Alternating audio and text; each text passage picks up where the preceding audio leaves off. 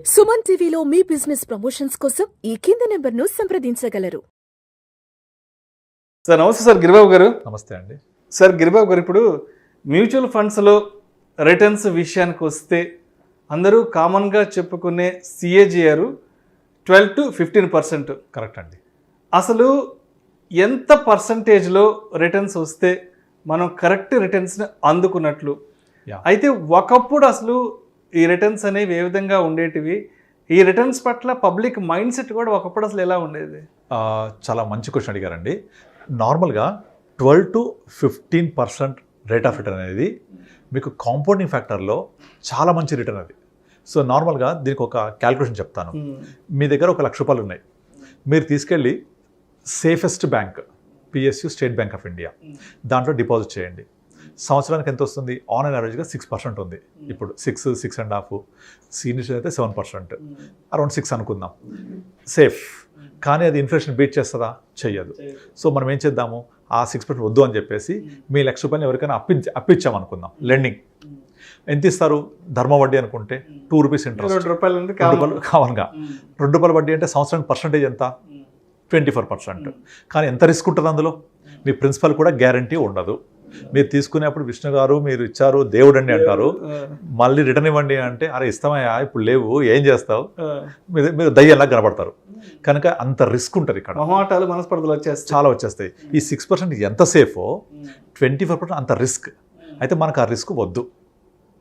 మనం ఏం చేద్దామంటే అంత రిస్క్ ఉన్న 24% వద్దు, ఇంత సేఫెస్ట్ ఉన్న 6% వద్దు. మనము ఎంత రిటర్న్ వస్తే మరి సాటిస్ఫై అవుతాం? ఒక క్యాల్కులేషన్ ఉంది. You make the average of risk full and risk free. ఎట్లా అంటే 6% రిస్క్ ఫ్రీ, 24% రిస్క్ ఫుల్ కలపండి 30%, యావరేజ్ చేయండి 15%. అంటే 15% కనుక రిటర్న్ వస్తే this is the average of risk full and risk free. ఇక డౌన్ సైడ్ ఎంత కనీసం రావాలి అంటే, నేను బ్యాంక్లో పెడితే 6 వస్తుంది కదా, నేను బ్యాంక్లో పెట్టకుండా ఇక్కడికి వచ్చాను కాబట్టి stock market is subject to market risk కాబట్టి ఎంత కొంత రిస్క్ తీసుకుంటే రివార్డ్ కూడా రావాలి నాకు. Always risk should pay reward. కనుక మినిమం బ్యాంక్ 6 కంటే కనీసం డబల్ రావాలి, అంటే 12%. So 12% minimum on lower side, higher side risk free and risk full యొక్క యావరేజ్ 15%. సో 12 to 15% కనుక నేను సాధించగలిగితే my returns are always excellent and good. అయితే మీరు చెక్ చేసుకుంటే 1995, 96 అంటే ఇక్కడ నుంచి ఒక 25 సంవత్సరాలు వెనక్కి వెళ్తే 94, 95 ఆ టైంలో వెళ్తే మనకు పిఎస్యు బ్యాంకులు, పోస్ట్ ఆఫీసు, తర్వాత కొన్ని గవర్నమెంట్ బ్యాంక్స్ దాదాపుగా 12-13% వడ్డీ రేట్ ఇచ్చేవి. ఈవెన్ పీపీఎఫ్ కూడా మోర్ దెన్ 12% ఇంట్రెస్ట్ ఉండేది ఆ టైంలో. 1980s, 90sలో 12% పీపీఎఫ్ కూడా 12 ఇంకా ఎక్కువ ఉండేది. అండ్ ఎల్ఐసిలో పెన్షన్ పాలసీస్ కొన్ని మోర్ దెన్ 12 ఉండేవి. అలా అప్పుడు కట్టిన వాళ్ళకి ఇప్పటికీ 12% వస్తూ ఉంటుంది. ఇక కోఆపరేటివ్ బ్యాంక్స్ మోర్ దెన్ 15 ఇచ్చేవి. ఎన్బిఎఫ్సిస్ లైక్ శ్రీరామ్ కానివ్వండి, ఇంటిగ్రేటెడ్ కానివ్వండి, కొన్ని రకాల ఎన్బిఎఫ్సిస్ దాదాపుగా 18-20% ఇంట్రెస్ట్ రేట్ కూడా ఇచ్చేవి. ఎప్పుడైతే 18, 20, 12, 13 ఈ పర్సెంటేజ్ వచ్చిందో common man is very happy. అసలు వాళ్ళు వేరే పక్క చూపులు చూసేవాళ్ళు కాదు. బ్యాంకులు పోస్ట్ ఆఫీస్లోనే వస్తుంది. కొంచెం రిస్క్ తీసుకుంటే కోఆపరేటివ్ బ్యాంక్స్ 15 ఇస్తున్నాయి, ఇంకొంచెం రిస్క్ తీసుకుంటే మీకు ఎన్బిఎఫ్సిలు లైక్ 18-20 ఇస్తున్నాయి. సో నేను చెప్పాను ఫార్ములా 12-15 అది వచ్చినంత కాలం ఏ ప్రాబ్లం లేదు, అందరు హ్యాపీగా ఉన్నారు అక్కడ. ఎప్పుడైతే ఒక దేశం అభివృద్ధి చెందుతూ ఉంటుందో అక్కడ ఒక 3 ఫ్యాక్టర్స్ మనం గమనించాలి.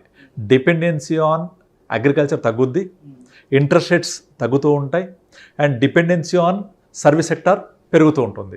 సో ఈ 3 ఫ్యాక్టర్స్ ఒక దేశం అభివృద్ధి చెందుతుంది అని చెప్పడానికి సూచికలు. సో మీరు ఇండియా తీసుకోండి, ఇక్కడ మనకు అగ్రికల్చర్ డిపెండెన్సీ తగ్గుతుందా? రాను క్లియర్ కనిపిస్తుంది. ఒకప్పుడు 70% డిపెండెన్సీ, ఇవాళ 45కి వచ్చేసాం. అలాగే సర్వీస్ సెక్టర్ డిపెండెన్సీ ఒక 20 సంవత్సరాల క్రితం లెస్ దాన్ 10% ఉండే, ఇవాళ 40%కి వచ్చేసాం. Interest rates తగ్గిపోతున్నాయా? సో ఈ 3 ఫ్యాక్టర్స్ ఇండియా గ్రో అవుతోంది అని చెప్పడానికి నిదర్శనం. మరి ఇందులో మనం ఇంట్రెస్ట్ రేట్స్ తీసుకుందాం. ఇప్పుడు ఇంట్రెస్ట్ రేట్స్ తగ్గుతూ వస్తున్నాయి కదా. పిఎస్యులు 12-13 నుంచి ఇవాళ 5-6కి వచ్చేసాయి. ఎన్బిఎఫ్సిస్ కూడా ఇవాళ హార్డ్లీ 8-9 నుంచి ఇవ్వట్లేదు. సో మరి మనకు కావాల్సిన 12-15 ఎక్కడ వస్తుంది? ఒకే ఒక మార్గం, ఒకే ఒక ప్రదేశం, అది క్యాపిటల్ మార్కెట్స్. ఈ క్యాపిటల్ మార్కెట్స్లో మళ్ళీ చాలామందికి ఏం కొనాలి, ఎప్పుడు అమ్మాలి తెలియదు కాబట్టి సింపుల్గా మ్యూచువల్ ఫండ్స్. మీరు యావరేజ్గా ఒక 20 years వింటేజ్ ఉన్న మ్యూచువల్ ఫండ్స్ ఏది తీసుకున్నా కూడా ఇవాళ రోజున more than 15 to 18% return generate చేసే ఆల్రెడీ. ఇదంతా గతం. ఫ్యూచర్ చూద్దాం. మనం ఇంతకుముందు కొన్ని వీడియోస్లో మాట్లాడుకున్నాం, ఇండియన్ ఎకానమీ రాబోయే 1 decade ఒక ఫాస్టెస్ట్ బుల్ రన్లోకి వెళ్తోంది. అండ్ మన మార్కెట్స్ కూడా చాలా ఫాస్ట్ గ్రో అవబోతున్నాయి. మీకు ఆల్రెడీ మోతీలాల్ ఒస్వాల్ వాళ్ళు చెప్పేశారు, we are going to see 2 lakh plus Sensex in coming next 1 decade అని అందరు చెప్తున్నారు. సో ఇవన్నీ కూడా 12 to 15% గ్రోత్ రేట్లో వెళ్తేనే వస్తుంటాయి. ఇవన్నీ జరుగుతుంది కూడా ఆల్రెడీ. ఇక్కడ ఏంటంటే మనకు పేషెన్స్ ఉండాలి, నమ్మకం ఉండాలి. ఆ మార్కెట్స్తో పాటుగా ట్రావెల్ చేస్తుంటే మనం కూడా ఆ గ్రోత్ రేట్లో ఉంటాము, చూడొచ్చు కూడా. సో ఇప్పుడు గతంలో జరిగింది, రాబోయే ఫ్యూచర్లో కూడా ఎకానమీ జీడిపి రెండు కూడా కలిసి పరిగెడుతూ ఉంటే ఎప్పుడు కూడా Indian total GDP size is equal to Sensex growth. ఎలా అంటే మన సెన్సెక్స్ ఎంత గ్రోత్ ఉంటుంది, 12-14 అనుకున్నాం కదా, 12-15.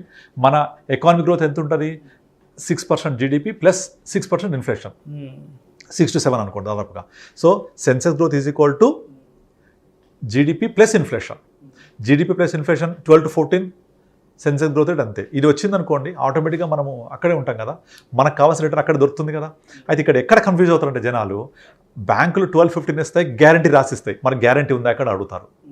గ్యారంటీ ఇక్కడ ఉండదు, ఎవరు రాసివ్వరు. కానీ over a period of time compound అవుతూ అంటే ఒక ఇయర్ మైనస్ రావచ్చు, ఒక ఇయర్ ప్లస్ రావచ్చు, ఒక ఇయర్ చాలా ఎక్కువ రావచ్చు. మీరు లాస్ట్ 4 years చూస్తే లాస్ట్ 1 year 1.5 year నుంచి అసలు గ్రోతే లేదు సెన్సెక్స్ పెద్దగా, ఫ్లాట్ గ్రోత్. కానీ అంతకుముందు ఎక్స్పోనెన్షియల్ గ్రోత్ రేట్, అంతకుముందు చాలా డౌన్ ట్రెండ్, ఇలా యావరేజ్ అవుతుంటుంది. This is average of 6 to 7 years తీసుకుంటే మినిమం 12 to 15 ప్లస్సే ఉంటుంది. సో కనుక ఆ 12-15% 25 బ్యాక్ వచ్చింది ఫిక్స్డ్ డిపాజిట్ కైండ్ ఆఫ్ థింగ్లో. ఇవాళ సేమ్ కైండ్ ఆఫ్ రిటర్న్ మనము క్యాపిటల్ మార్కెట్స్ ద్వారా మ్యూచువల్ ఫండ్లో ఇన్వెస్ట్ చేసి సంపాదించవచ్చు.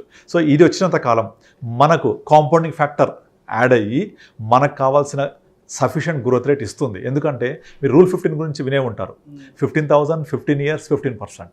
ఇక్కడ 15% రిటర్న్ ఇస్తే 15,000 ఇన్వెస్ట్ చేస్తూ పోతే 15 years తర్వాత 1 crore ఉంటుంది. సింపుల్. మరి 15% వస్తుందా అంటే గతంలో వచ్చింది. సో ఫ్యూచర్లో కూడా కాంపౌండింగ్ ఫ్యాక్టర్ ద్వారా యావరేజ్ అవుతూ మనం అట్లీస్ట్ 12 to 15% ఉంటే కనీసం 1 crore కాకపోయినా 80 lakhs 75 90 lakhs ఈజీగా ఉంటాం అక్కడ మనం. సో ఇది బ్యాంకుల ద్వారా పోస్టల్ ద్వారా సాధ్యం కాదు. ఎందుకంటే ఎకానమీ గ్రో అవుతున్నప్పుడు వడ్డీ రేట్లు తగ్గుతూనే ఉంటాయి, తగ్గితేనే ఎకానమీ గ్రో అవుతుంది, అప్పుడే మార్కెట్స్ పెరుగుతాయి. అన్ని తగ్గుతుంటే ఏం పెరుగుతాయి, మార్కెట్స్ పెరుగుతుంటాయి. ఎందుకంటే market is nothing but the combination of all the companies which are participating in the stock market. So stock market యొక్క టోటల్ కంపెనీస్ మన జీడిపి 80% కంట్రిబ్యూట్ చేస్తాయి. ఫర్ ఎగ్జాంపుల్ ఒక టీసీఎస్ఏ మోర్ దెన్ 3% మన జీడిపి కంట్రిబ్యూట్ చేస్తాయి. Reliance Industries group more than 2% contribute చేస్తాయి. So అలా అన్ని కంపెనీస్ యొక్క contribution is a part of GDP. Agriculture contribution ఒక 20% ఉంటుంది. సో ఇవన్నీ గ్రో అవుతున్నప్పుడు ఆటోమేటిక్గా జీడిపి గ్రో అవుతున్నప్పుడు దానికి రిలేటెడ్గా ఉండే సెన్సెక్స్ గ్రో అవుతున్నప్పుడు 12-15 తప్పకుండా వస్తుంది. సో ఆ 12-15% వచ్చినప్పుడు మనకు కావాల్సిన, ఒకప్పుడు 20-15% సాటిస్ఫై అయ్యారు కదా, ఇప్పుడు కూడా ఆ 12-15% వచ్చి కాంపౌండ్ అవుతూ ఉంటే మనం అనుకున్న విధంగా మన టార్గెట్స్ రీచ్ అవుతాం. సో 12-15 అనేది చాలా మంచి rate of return actually. And ఇంకొకటి ఏంటంటే జనాలు చాలామంది ఏమనుకుంటే 12% అనేది చిన్న ఫిగర్లా కనిపిస్తుంది, తక్కువ కదా అనుకుంటారు చాలామంది. కానీ ఇది కాంపౌండింగ్ ఫ్యాక్టర్లో equal to more than 18% of simple interest. Simple interest compounding interest ఉంది కదా, ఆ సింపుల్ ఇంట్రెస్ట్ ఒక 18% అవుతే కాంపౌండింగ్ ఫ్యాక్టర్ 12%. మీకు రూల్ 72 తెలుసు కదా, రూల్ 72 ఏం చెప్తుంది, మనకు 12% కనుక రిటర్న్ ఇస్తే 72/12 ఎగ్జాక్ట్లీ 6 yearsలో డబుల్ అవుతుంది. 6 yearsలో డబుల్ అవుతుంది. అంటే 6 years డబుల్ అంటే మన 100 రూపాయలు 6 yearsకి డబుల్ అవుతుంది. సో అంటే కాంపౌండింగ్ 12 చూడండి, అంటే 6 years 12 అంటే ఎంత రావాలి, 72% రావాలి. కానీ 100% అయిపోద్ది బికాస్ ఆఫ్ కాంపౌండింగ్ ఫ్యాక్టర్. అంటే మనకు simple interest more than 18% work out అయినట్టు. సో కనుక 12-15 is not at all a small rate of interest, definitely will create wonders over period of time. And ఇంకొకటి పాయింట్ ఏంటంటే పోను ఈ గ్రోత్ రేట్ కూడా తగ్గే అవకాశాలు ఉంటాయి. ఎందుకంటే ఎకానమిక్ గ్రోత్ రేట్ తగ్గుద్ది పోను లైక్ అంటే పోను అంటే ఒక 10-15 years అవుతుంది. ఇప్పుడు యూఎస్ఏ గ్రోత్ రేట్ ఎంత ఉంటుంది, హార్డ్లీ 3% 4%. ఇన్ఫ్లేషన్ కూడా చాలా తక్కువ ఉంటుంది. అడ్వాన్స్ కంట్రీస్ ఏది తీసుకోండి, జపాన్ తీసుకోండి, జపాన్లో గ్రోత్ రేట్ ఎంత ఉంటుంది, హార్డ్లీ 1-2%. వాళ్ళ యొక్క జీడిపి గ్రోత్ రేట్ మైనస్లో ఉంటుంది ఒక్కోసారి కొన్ని క్వార్టర్స్లో. కనుక అవన్నీ కూడా 3-4%కి వచ్చేసాయి. India is the only country where GDP growth rate is more than 7%, inflation is more than 6%. ఈ రెండు 6+ ఉన్నప్పుడు మన మార్కెట్స్ అలా పెరుగుతూ ఉంటాయి. ఇవన్నీ కూడా రాబోయే 2-3 డికేట్స్లో తగ్గిపోతే మన గ్రోత్ కూడా తగ్గుతుంది ఫ్యూచర్లో. కనుక ఇప్పుడు ఈ 10 years 15 years is the golden period investors చేసుకోవడానికి. ఇక తర్వాత ఈ 12-15 కూడా వచ్చే అవకాశం తగ్గిపోతాయి, రావు. మనం కూడా అడ్వాన్స్ కంట్రీస్ లాగా 6% కోసం సెటిల్ అయిపోతాం. అప్పుడు ఇంట్రెస్ట్ రేట్స్ ఇంకా తగ్గిపోతాయి, 2%కి వచ్చేస్తాం ఇంట్రెస్ట్ రేట్స్. ఇప్పుడు జపాన్ తీసుకోండి, interest rate is negative. UK interest rate is hardly 0.3, 0.1. ఇంకా గ్రోత్ ఏముంటుంది? సో అట్లా అనమాట. సో మీరు ఇంట్రెస్ట్ రేట్స్ గురించి ఆలోచించినప్పుడు తగ్గిపోయినా కూడా ప్రాబ్లం లేదు. Similar kind of return or చాలా మంచి రిటర్న్ ఇక్కడ వస్తుంది క్యాపిటల్ మార్కెట్స్లో. Thank you sir, thank you so much. Thank you అండి.